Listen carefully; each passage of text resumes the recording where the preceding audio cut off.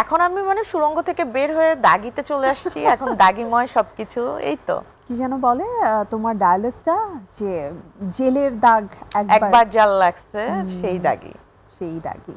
So চলচ্চিত্র মানে তো আনন্দ, কিন্তু সেটা যদি ঈদের রিলিজ হয় তাহলে তো সেই আনন্দটা আমি বলবো শতগুণ হয়ে যায়। তো তোমার ফিলিংটা কেমন যে অনেকদিন পরে একদম ঈদেই তোমার চলচ্চিত্রটা রিলিজ হলো? আলহামদুলিল্লাহ, আমার তো সুরঙ্গ ঈদে রিলিজ ছিল। এখন 23 সাল থেকে আবার কিন্তু আমাদেরকে 25 সাল পর্যন্ত অপেক্ষা করতে হলো। অপেক্ষা মানে ধরো ভালো কোনো কিছুর জন্য তো আমিও অপেক্ষা করছি একটা বছর, এবং এক বছর পরে গিয়ে আমি দাগির সাথে সংযুক্ত। তো ভালো কিছুর জন্য তো অপেক্ষা করতে হয়, আমাদেরই করতে হয়। সেইখানে যখন আমরা ভাববো যে দর্শকদের আমরা আগের কাজের থেকে আরো ভালো কিছু বা ডিফারেন্ট কিছু উপহার দিতে চাই, তখন তো সেই অপেক্ষাটার দীর্ঘ আরো বেড়ে যায় আর কি। আচ্ছা, এই যে সোশ্যাল মিডিয়া থেকে অনেকটা দিন দূরে ছিলে, আমরা সাধারণত বলি যে চোখের আড়াল হলেই নাকি মনের আড়াল হয়। তোমার কি কখনো এই জিনিসটা ফিল হয়েছে যে সোশ্যাল মিডিয়াতে আমি তো সরব না, আমাকে আমার অডিয়েন্সরা ভুলে যাবে বা মিস করছে, বা অন্য কেউ সেই জায়গাটা নিয়ে নিচ্ছে কিনা?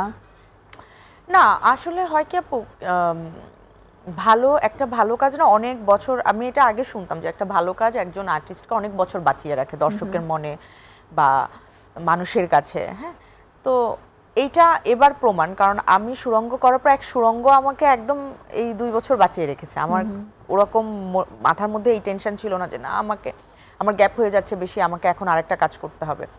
সেকেন্ড হলো, যদি সেটা হতো যে ধরো অনেক গ্যাপ হয়ে যাচ্ছে, দর্শক ভুলে যেতে পারে, বা দর্শকের, অবশ্যই দর্শক আমাকে বারবার বলছে, আমার কাছের মানুষ দর্শক আমাকে যারা পছন্দ করে, যে আপু অনেকদিন হলো আপনার নেক্সট মুভি কবে আসবে।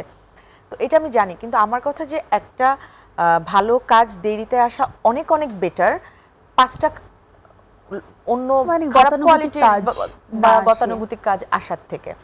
তো এই জন্য আমার মনে হয় যে এই যে দাগি যখন আবার দর্শক দেখবে বা দর্শক যখন আবার পছন্দ করবে, এরপরে যদি আমার আরো এরকম গ্যাপ হয়, আমার মনে হয় না দর্শক হতাশ হবে, অ্যাটলিস্ট বুঝবে না এরপরে যে কাজটা আসবে ভালো কিছু। এবার আমি আর লেট করব না, এবার আমি নেক্সট ইয়ারেই আমি চাইবো যে আমার আরেকটা ছবি আসুক।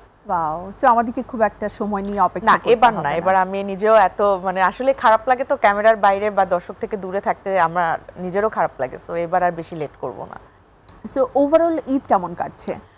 ঈদ আলহামদুলিল্লাহ ভালো। তোমার যেটা মেইন হয় হলো যে ছবি আসলে ঈদটা একটু ডিফারেন্ট হয়, বাট এইটা যে বেশি স্পেশাল এটা আমি লাস্ট ইয়ার ফিল করছি, কারণ লাস্ট ইয়ার তো আমার ছবি আসে নাই। তখন আমি ফিল করছি যে না, ঈদের ছবি আসাটা বেশি মজার। একদম ফ্রি একটা ঈদ করলাম ফ্যামিলি নিয়ে, নর্মাল যেরকম সব সময় হয়, ওইটা তো অন্যরকম আনন্দ। কিন্তু ঈদের ছবি আসলে না, এটা একটা অন্যরকম, একটা প্রেশার তো থাকে, বাট আনন্দটাও অনেক বেশি, অনেক বেশি। কারণ কি ওই ঈদটা না ফ্যামিলির সাথে, আমাদের যে বাইরের একটা এক্সটেন্ডেড ফ্যামিলি আছে, আমাদের টিম থাকে, পাশাপাশি আমাদের অডিয়েন্স যারা অ্যাকচুয়ালি আমাদেরকে ভালোবাসে, একদম হলে গিয়ে ছবি দেখার মজাই তো আলাদা। সো প্রতিদিনই ধরো আচ্ছা ঠিক আছে ঈদের ছুটি, আচ্ছা আজকে সন্ধ্যায় তাহলে যাই তো ওই হলে গিয়ে চুপিসারে দেখে আসি তো কেমন চলতেছে ছবিটা। একই ছবি বারবার দেখছি আর ভালো লাগতেছে, বুঝছো? নিজের ছবি নর্মালি একটা ছবি একবার দুবার দেখার পরে কিন্তু অনেকের আর ভালো লাগে না সেই ছবি দেখতে। আমরা এতবার দেখছি, আমরা ফুল টিম বারবার দেখছি, আমাদের তাও ভালো লাগতেছে। এবং আই থিঙ্ক যে এবার আমাদের ছবিতে রিপিটেড দর্শক অনেক বেশি, কারণ এটা তো একটা ফ্যামিলি ড্রামা বলো বা ইমোশন বলো বা সব ধরনের এলিমেন্ট ছবির মধ্যে আছে। তো এই জন্য আই থিঙ্ক দর্শকের পছন্দ হচ্ছে। এটা সব আমাদের তো বলাই ছিল যে সব ধরনের দর্শকদের জন্য এই ছবিটি, সবার জন্য। এটার মধ্যে কোনো ধরো যে বয়স সীমা রেখা বেঁধে দেওয়া হয়নি, যে 18+ or 18+ or মানে 16+ এরকম না।